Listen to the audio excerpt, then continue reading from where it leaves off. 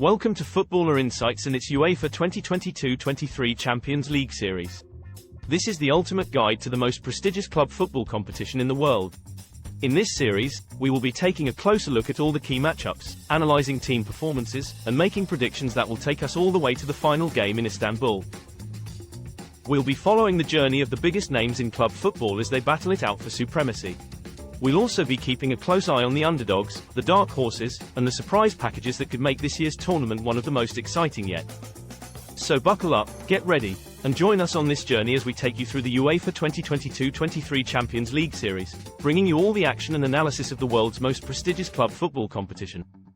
Before we dive into the analysis and predictions, I want to take a quick moment to give a big thanks to FBref.com for providing the dataset we'll be using today. Without their generous contribution, this video wouldn't be possible. So, thank you so much to FBref.com for their dedication to making valuable data accessible to the public. So, without further ado, let's get started and kick off the discussion. In the UEFA Champions League Round of 16 Leg 1 match between Club Brugge and Benfica, the latter emerged victorious with a 2-0 scoreline. The match took place on February 15, 2023, at the Jan Breydelstadion in Brugge, with a crowd of 24,136 in attendance.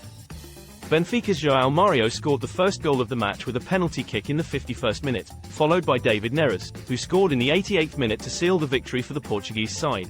With an aggregate score of 2-0, Benfica now holds the advantage heading into the second leg of the tie, scheduled for March 7, 2023. Both teams displayed great skills and strategies, but it was Benfica who managed to capitalize on their chances and secure the win. Club Brugge will now have to work hard to turn things around in the second leg and overcome the 2-goal deficit if they are to progress to the next round. Despite the loss, Club Brugge's manager, Scott Parker, and captain, Hans van Aken, will be looking to regroup and bounce back in the second leg. Meanwhile, Benfica's manager, Roger Schmidt, and captain, Nicolas Otamendi, will be pleased with their team's performance and will look to maintain their momentum in the second leg. Overall, it was an exciting game of football, and the second leg between these two great teams promises to be another thrilling encounter. Fans of both sides will be eagerly anticipating the next match to see who will emerge victorious and progress to the quarter-finals of the UEFA Champions League. Here are the top 5 key insights about the game based on the statistical details provided. Benfica dominated the game with their attacking prowess and managed to score 2 goals in the first half, securing their lead for the rest of the match. João Mario was a key player in their attack with an XG of 0.8, the highest of any player in the game. Brugge, on the other hand, struggled to get their shots on target, with only one shot finding its way to the goal. This was reflected in the final scoreline, as they failed to find the back of the net. Alexander Barr from Benfica was the most involved player on the pitch, with the highest number of touches, 97. This shows his importance in controlling the midfield and setting up his team's attacks. The game saw a total of 3 yellow cards, with Nicolas Otamendi receiving the only card on Benfica's side. Overall, Benfica's attacking dominance and solid defending secured their victory in the game. However, both teams played with intensity, and it was an exciting match to watch for the fans. In the match between Brugge and Benfica, there were several standout players, but 3 players stood out the most: João Mario, Alexander Barr, and Clinton Marta. João Mario, who plays for Benfica, was the top performer in the game. He had the highest expected goals, XG, of any player in the game, with 0.8 XG. Mario played a crucial role in the game, making several key passes and taking some of the most important shots of the match. His performance helped Benfica secure a 2-0 victory over Brugge. Another top performer in the game was Alexander Barr, also from Benfica.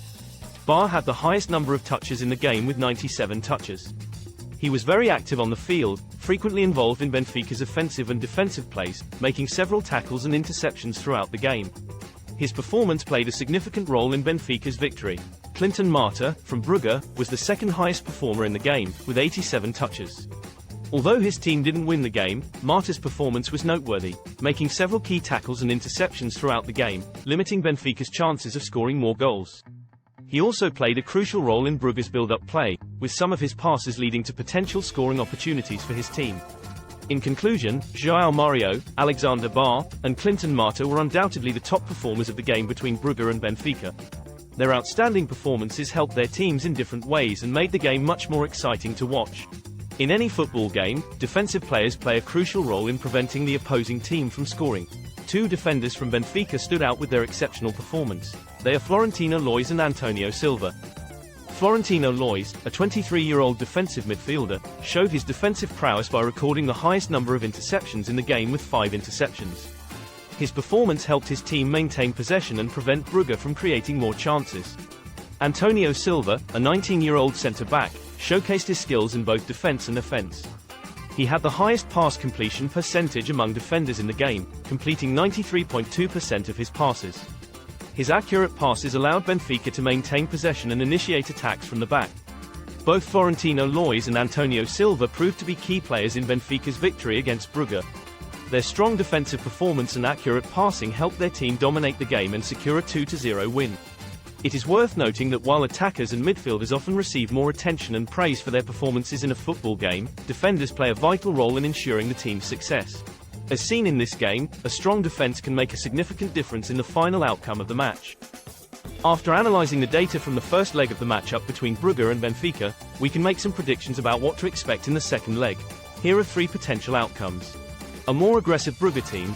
In the first leg, Brugge only managed to get 1 shot on target, which indicates they struggled to create chances.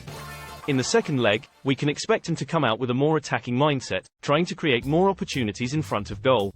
A stronger defensive performance from Benfica. In the first leg, Benfica's defenders had a solid performance, with Antonio Silva having the highest pass completion percentage among defenders, and Florentino Luis having the highest number of interceptions in the game. In the second leg, we can expect him to continue their defensive efforts and try to shut down Brugge's attacking efforts. Goncalo Ramos to score. In the first leg, Goncalo Ramos had the highest number of shots in the game with 4 attempts, indicating he was looking to get on the score sheet. With his ability to find himself in scoring positions, we can expect him to capitalize on one of these opportunities and score a goal for Benfica in the second leg. Overall, the second leg between Brugge and Benfica promises to be an exciting match. With Brugge needing to score to stay in the competition and Benfica looking to defend their lead, we can expect both teams to come out fighting.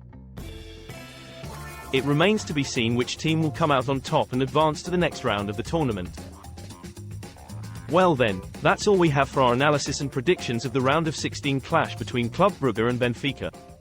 We hope you enjoyed our breakdown of the game and gained some insights into the tactics and performances that shaped the outcome. If you have any comments or questions about the match or our analysis, please leave them down below. We hope you enjoyed our coverage and found it informative and entertaining. If you did, please consider liking and subscribing to our channel to stay up to date with all the latest analysis and insights from the world of football. And, as always, thank you for your support, and we'll see you in the next video. Footballer Insights.